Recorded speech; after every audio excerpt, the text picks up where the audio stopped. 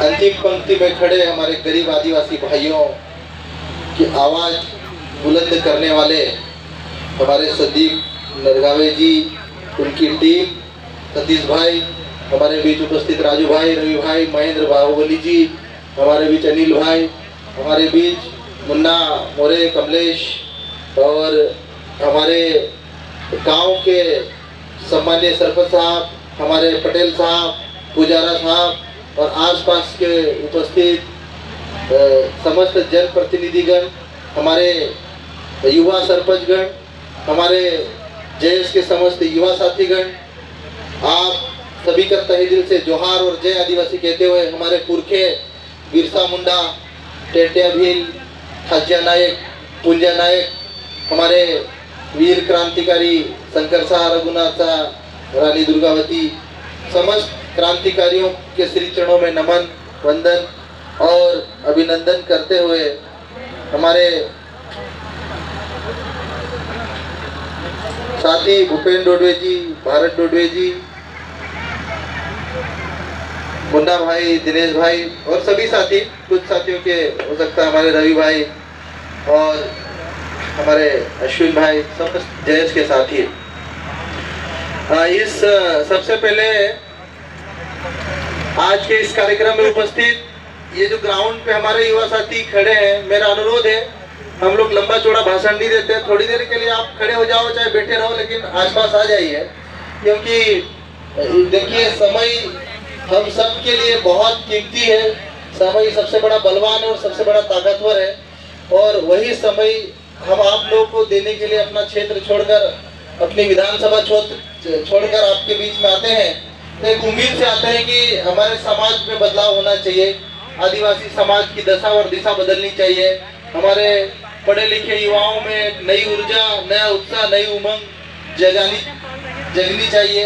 ये हमारे मकसद होता है, क्योंकि आज़ादी के 70 साल से जिस समाज की आज तक कोई आवाज विधानसभा लोकसभा में नहीं पहुंची, उस आवाज को जयेश संगठन ने पिछले 10 सालों में सड़क से लेकर संसद तक पहुंचा दिया है।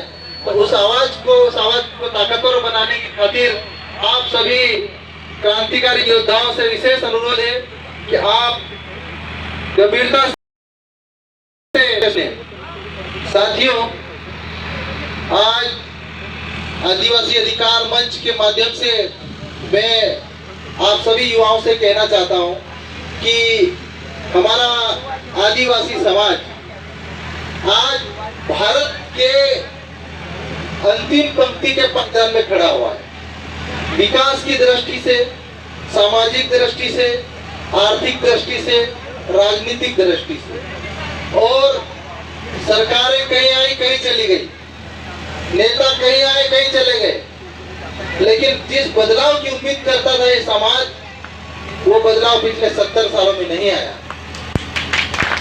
लेकिन आप लोगों को मैं बता देना चाहता हूं कि आज ये जयेश संगठन आप लोगों के बीच में अगर आया, एक क्रांति, एक विचार, एक जोश, एक जज्बा और एक जुनून अपने भीतर पाले हुए, आपकी आवाज बनकर, आपकी उम्मीद बनकर, आपकी आशा बनकर, और ये संगठन सिर्फ आदिवासी समाज के अधिकार की बात नहीं कर रहा है, यह संगठन इस क्षेत्र में, इस जिले में, इस प्रदेश में, इस देश में अंतिम पंक्ति में खड़े, चाहे आदिवासी हो, चाहे गैर आदिवासी भाई हो, सभी गरीब वर्गों के लोगों की यह संगठन आवाज उठा रहा है। आज पूरे भारत में हमारे आदिवासी भाइयों की स्थिति क्या है? हमारे बड़वानी जिले में आदिवासी भाइयों की स्थिति क्या है? अभी आपके पार्टी क्षेत्र में आ रहे थे तो हम लोग रास्ते में चर्चा कर रहे थे कि आज इस क्षेत्र के हमारे आदिवासी भाइयों को ऊपर उठाने के लिए सरकारों ने क्या किया। आज जैसे गर्मी का सीजन आता है, हमारे आदिवासी भाई गांव के गांव पलायन करके गुजरात, महाराष्ट्र चले जा रहे हैं। क्या इस क्षेत्र के आदिवासियों के विकास के लिए, इस क्षेत्र के युवाओं के सपनों को पूरा करने के लिए इस भारत में एक भी ऐसा नेता पैदा नहीं हुआ जो इस पार्टी क्षेत्र बड़वानी क्षेत्र के विकास के लिए कोई कहानी लिखता, कोई वादा करता, उसे पूरा करके दिखाता।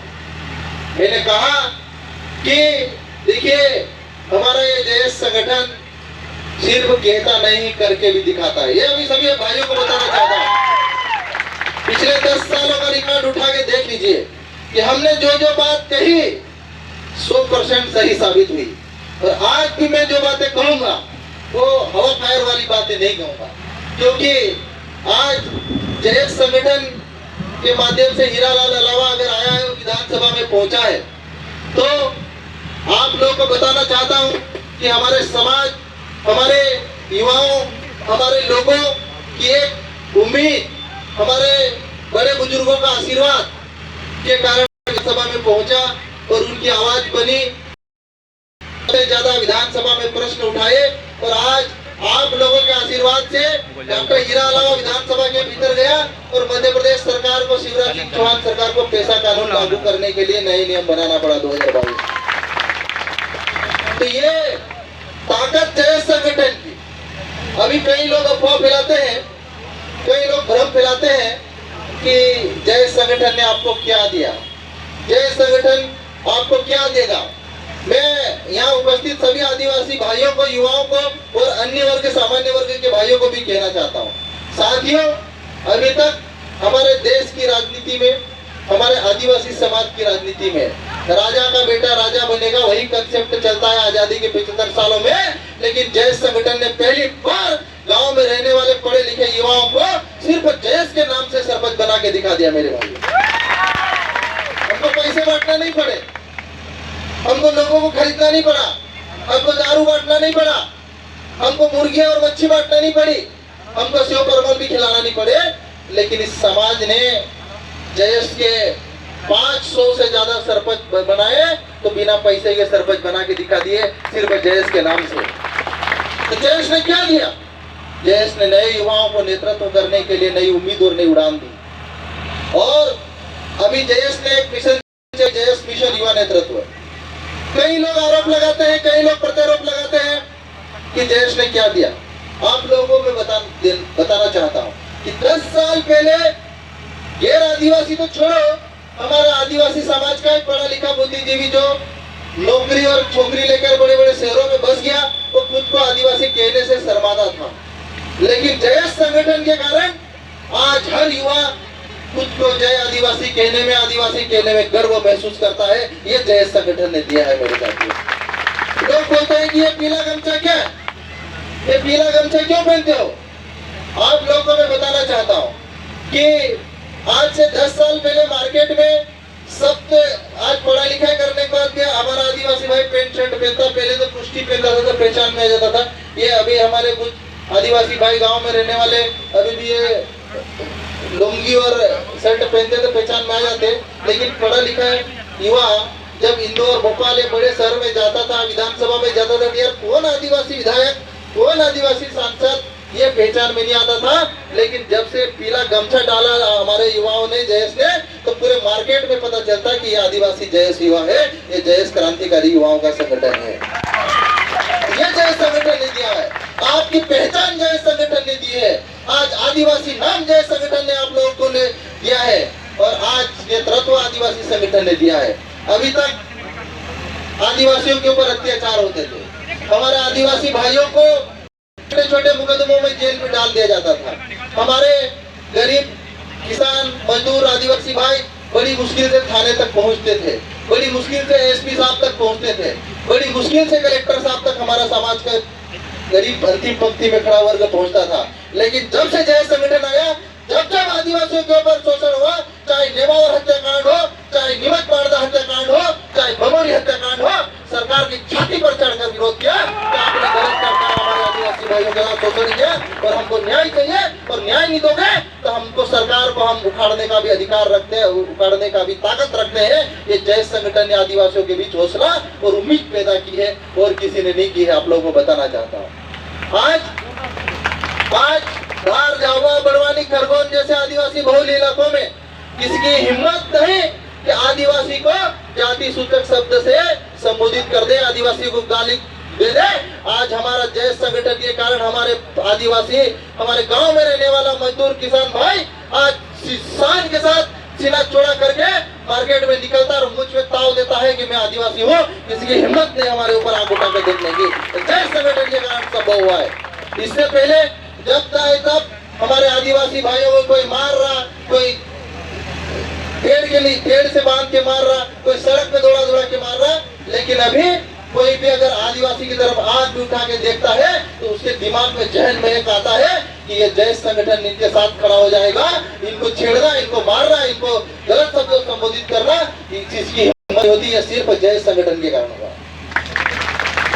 और महत्वपूर्ण बात आप लोग को बताना चाहता हूँ, डॉक्टर हीरा अलावा जब से विधानसभा में गया तो तब से पूरे प्रदेश के आदिवासियों के नहीं, सामान्य वर्गों को भी, के लोगों को भी लग रहा है कि मध्य प्रदेश में आदिवासी भी रहते हैं, मध्य प्रदेश में आदिवासी नेता भी है।